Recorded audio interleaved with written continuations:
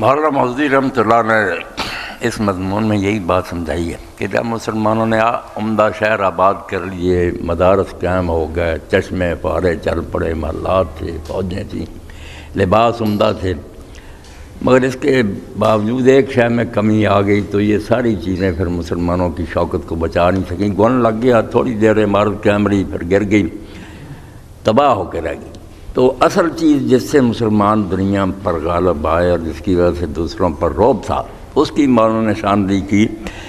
بالکل ایسے ہی آپ سمجھ لیں کہ جب آدمی مر جاتا ہے ہم اس کو خوشبو لگاتے ہیں، نہلاتے ہیں صابنوں وغیرہ سے، بہت اچھی طرح نہلاتے ہیں، شاید زندگی میں بھی وہ اس طرح نہ نہایا ہو، اور کپڑے بھی اعلیٰ سے اعلیٰ کفن کے پہناتے ہیں۔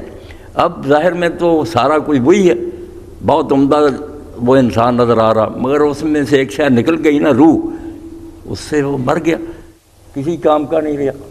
سید ابو الحسن ندوی رحمۃ اللہ نے ہم زمینداروں کی ایک مثال دی کہ کھیت میں ڈرانے کے لیے نا جانوروں کو کہ وہ حملہ نہ کریں مکئی پر یا باجرے وغیرہ پر، تو لوگ پھر انسان کا ایک نمونہ بنا کر کپڑوں کا، لکڑی پر وہ کپڑے پہنا کر اس کو کھڑا کر دیتے ہیں۔ تو پہلے تو جانور دھوکہ کھاتے ہیں کہ یہ انسان کھڑا، مگر جب چونچے مارتا نا کوئی ہوشیار کوار، پتہ چل جاتا کہ یہ تو کچھ نہیں، تو پھر حملہ آور ہو جاتے ہیں۔ تو جس طرح وہ بے جان ہوتا نا کپڑوں کا انسان، جب کوئی امت ایسے رہ جاتی نا، روح نہیں رہتی اس میں، تو کافروں کو پتہ چل جاتا کہ اب اس میں کچھ بھی نہیں، پھر انہوں نے ایسے ہی حملہ کرنا نا جیسے دعوت پر لوگ ٹوٹ پڑتے۔ تو چیز کیا ہوتی ہے قرآن پاک سے ہی پتہ چلتا۔ خود اللہ کے رسول اللہ علیہ السلام کے زمانے میں کتنا فرق ہو گیا۔ سورہ انفال جب پڑھتے ہیں اللہ کہتا پہلے 1 اور 10 کی نسبت تھی، ایک مسلمان 10 کافروں کا مقابلہ کر سکتا تھا، مگر اللہ کو اب علم ہے کہ تم میں کمزوری آ گئی۔ کمزوری حالانکہ تعداد میں تو نہیں آئی، تعداد بڑھ گئی، مگر اللہ کہتا کمزوری آ گئی، اب صرف 1-2 کا مقابلہ کر سکتے، 10 والی بات نہیں رہی۔ تو یہی جو ہے نا قوت ایمانی، یہ اصل چیز ہوتی ہے۔ مٹایا کیسر و کسرا کے استبداد کو کس نے، وہ کیا تھا؟ فقر بوذر، زور حیدر۔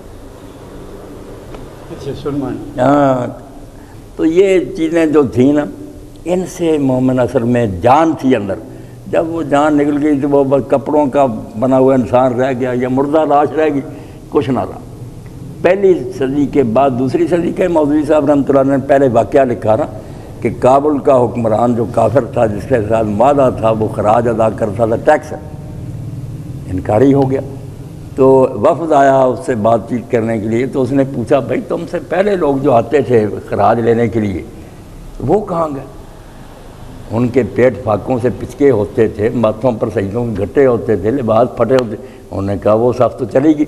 اس نے کہا تمہاری شکلیں ان سے اچھی ہیں، چہرے چمک رہے ہیں، کھاتے پیچھے اچھا ہو، مگر یہ قدرتی بات ہے کہ میرے دربار میں وہ جب داخل ہوتے تھے نا تو میرے دل پر جو ان کا رعب طاری ہوتا تھا، وہ رعب تمہارا میں محسوس نہیں کرتا، اس لیے میں انکاری۔ 50 سال پھر اس نے اخراج نہیں دیا، مسلمان اس کا کچھ نہیں بگاڑ۔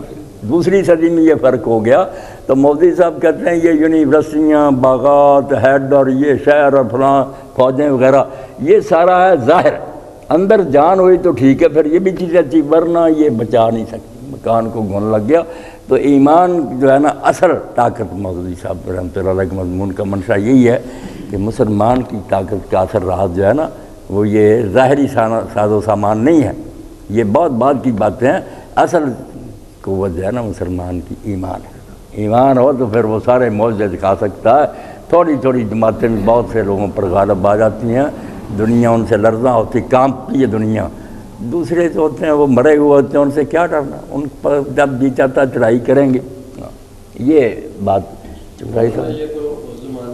ہاں ڈاکٹر صاحب کو بھی دیں، یہ تو اس زمانے کی بات ہے۔ اب کی میں بات بتا رہا ہوں آپ کو کہ جب یہ قرارداد مقاصد پاس ہوئی ہے تو گورنمنٹ کا چیف سیکرٹری مولانا مودودی کے پاس ملتان جیل میں آیا اور مسودہ اس کو دکھایا کہ یہ ہے گورنمنٹ کے اس میں آپ اگر صحیح ہے تو آپ دستخط کر دیں، اگر صحیح نہیں تو اس پہ جو بھی کانٹ چھانٹ کرنی ہے آپ کر دیں، وہی منظور ہوگا۔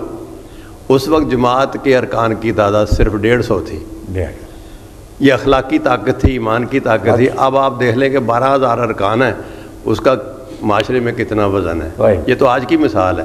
اللہ بالکل تازہ مثال۔ علامہ اقبال نے حکیم صاحب بڑی یہی بات پیارے انداز میں کی، ولایت بادشاہی علم اشیاء کی جہانگیر، یہ سب کیا ہے؟